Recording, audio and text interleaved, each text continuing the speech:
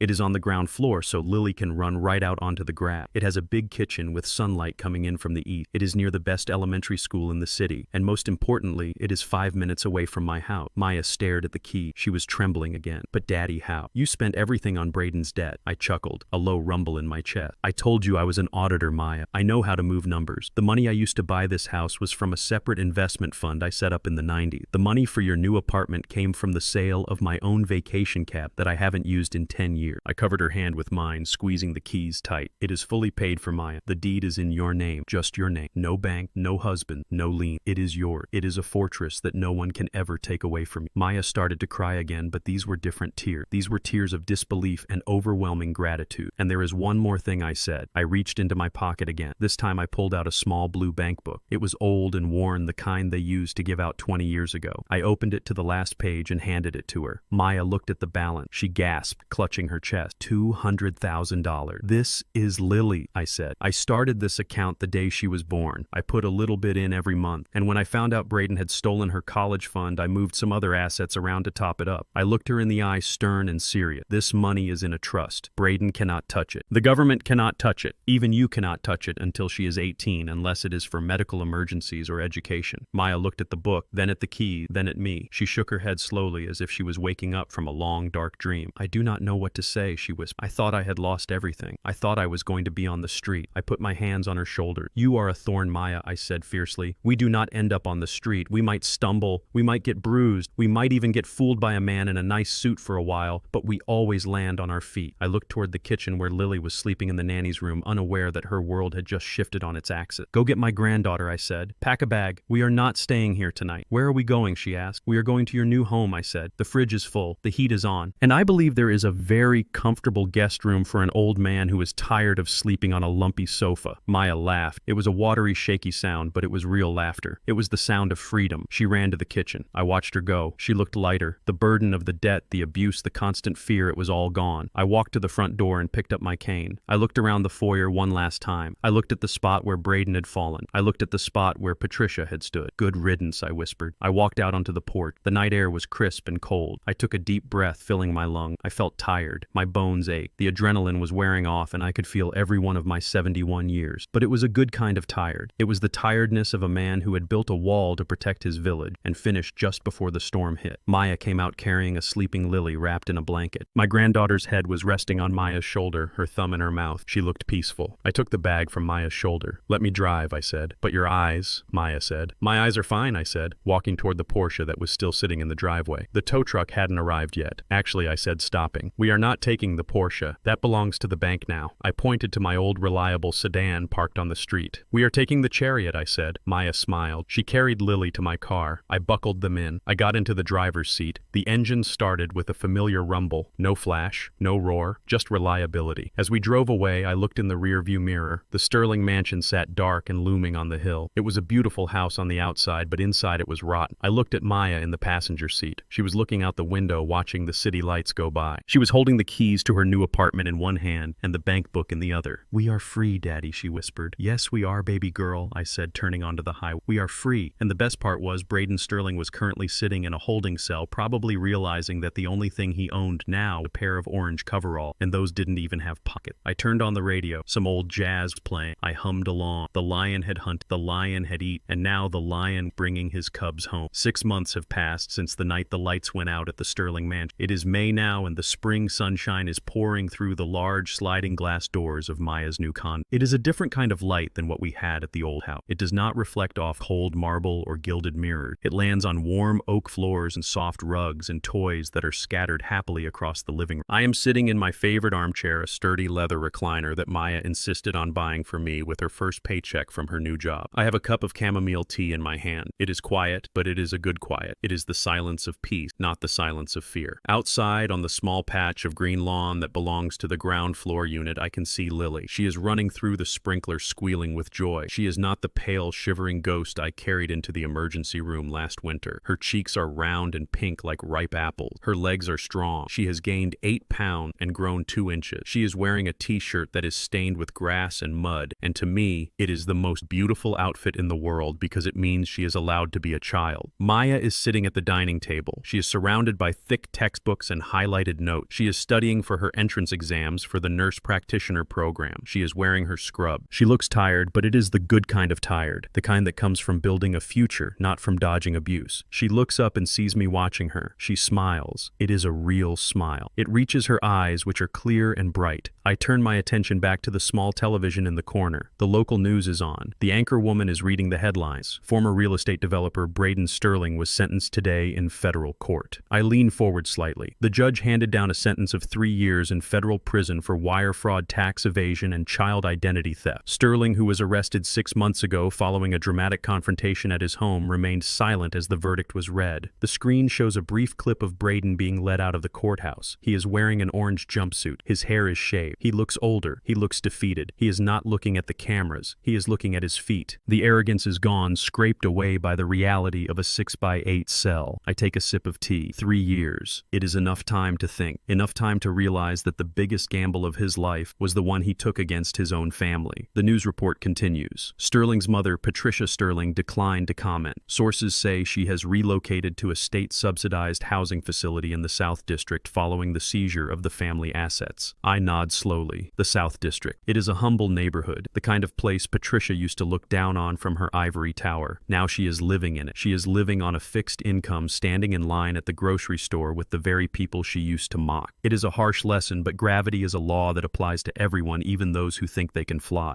I turn off the TV. The screen goes black. The chapter is closed. I pick up the small silver frame that sits on the side table next to my tea. It is a photo of Clara, my late wife. She is laughing in the picture, wearing her Sunday hat. I run my thumb over the glass. "I did it, Clara," I whisper to the empty room. I balance the books. I look out at Lily jumping over the water stream. I look at Maya turning a page in her book with determination. I kept my promise, I say to the photo. Our girl is safe. Our grandbaby is fed. The debt is paid. I feel a warmth spread through my chest. It is not the thrill of the hunt anymore. It is the satisfaction of the harvest. I spent my life looking for missing numbers, for hidden assets, for lies buried in spreadsheets. But this was the most important audit of my career. I put the photo down. I close my eyes and listen to the sound of my granddaughter laughing. It is better than any symphony. It is the sound of a future that almost didn't happen. I am Isaiah Thorne. I am 71 years old. I am a father. I am a grandfather. And I am finally retired. The ledger is closed. The balance is positive, and the lion can finally sleep. Silence is often mistaken for weakness, but in the hands of a wise man, it is the loudest weapon. I spent my life building bridges and calculating risks, but the most important calculation I ever made was knowing exactly when to stop giving and start protecting. Family isn't about who sits at your table drinking your wine. It is about who stands by you when the glass is empty. You cannot teach respect to people whose currency is arrogance. Sometimes you have to bankrupt their ego to save their soul, or at least to save your own peace. If this story resonated with you, please hit that like button and subscribe to the channel. It helps more than you know. And I want to ask you a question. Have you ever had to make a hard choice to protect someone you love from toxic family members? Tell me your story in the comments below. I read every single one. Until next time, take care of yourselves and remember to check the books.